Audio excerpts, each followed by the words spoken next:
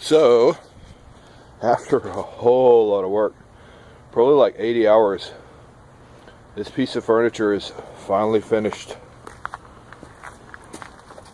It might even be closer to 100 hours. So, when I first got this, the top was there, but it was just wood. It was essentially just an end table that had 6 drawers in it. And here's one of the original drawers. So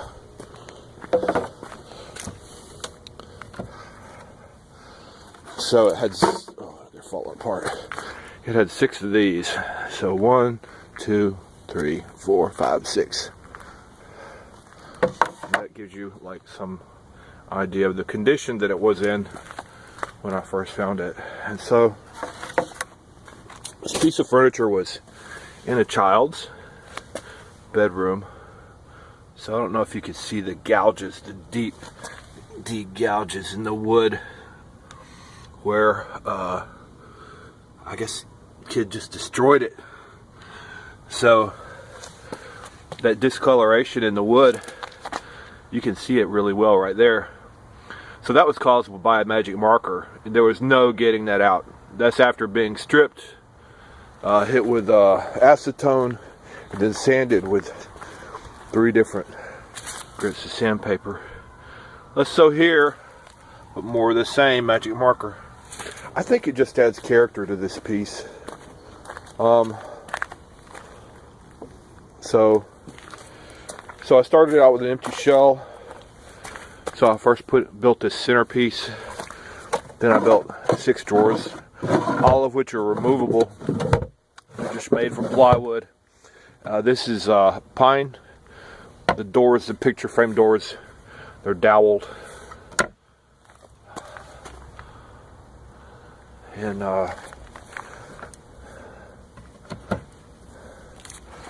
so the top, this is the 4th version of this top. The only one that I like, but this one's granite and marble. And so this is where the key goes.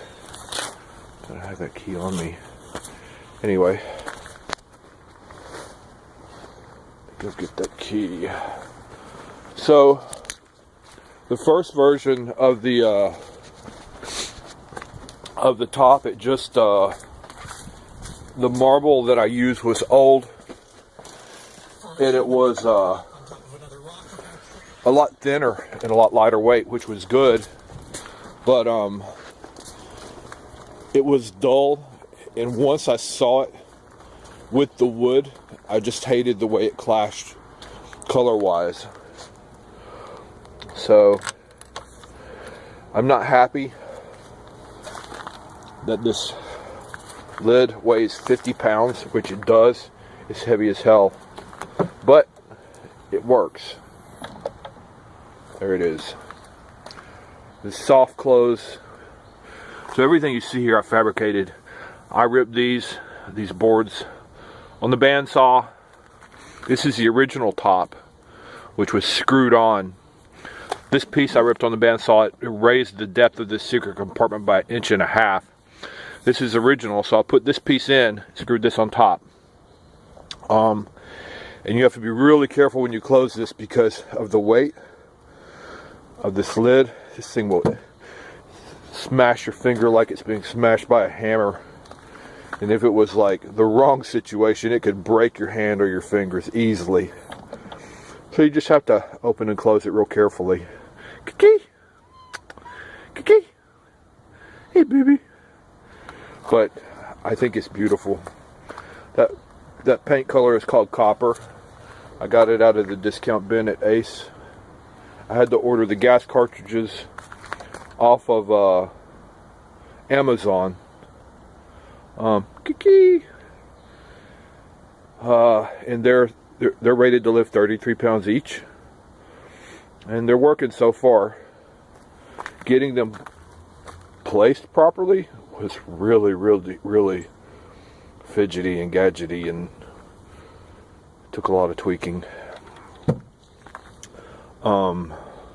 This marble came out of the scrap pile. I think this is all actually granite. This granite is just beautiful. This color, I know it's kind of off, but I had to mix it. I had to mix it myself to try and at least approximate what this the color of the grout, that sanded grout.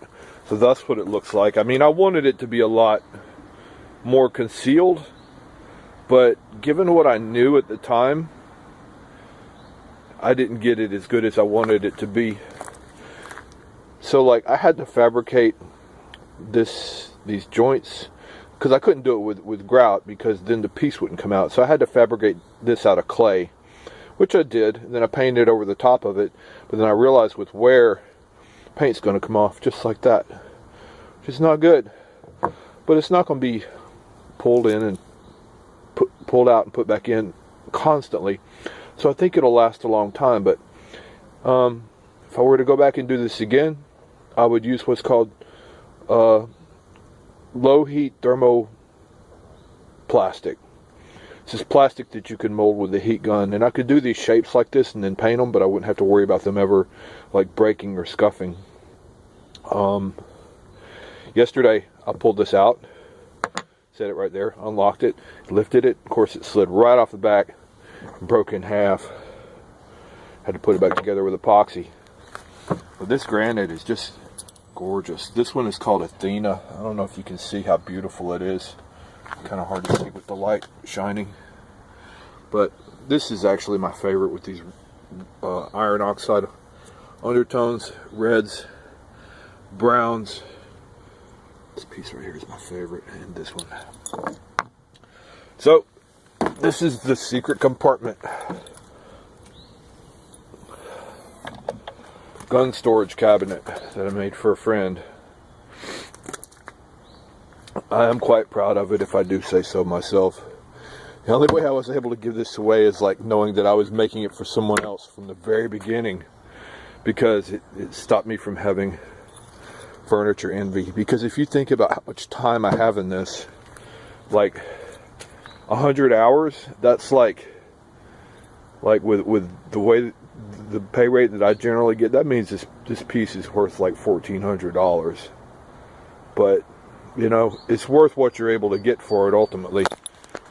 You get right down to it. Of course, I would never get that amount of money for it. Well, maybe I could, who knows. The right gun enthusiast. But at the same time, I didn't make it for the money. Made it for a friend. So anyway, that's that.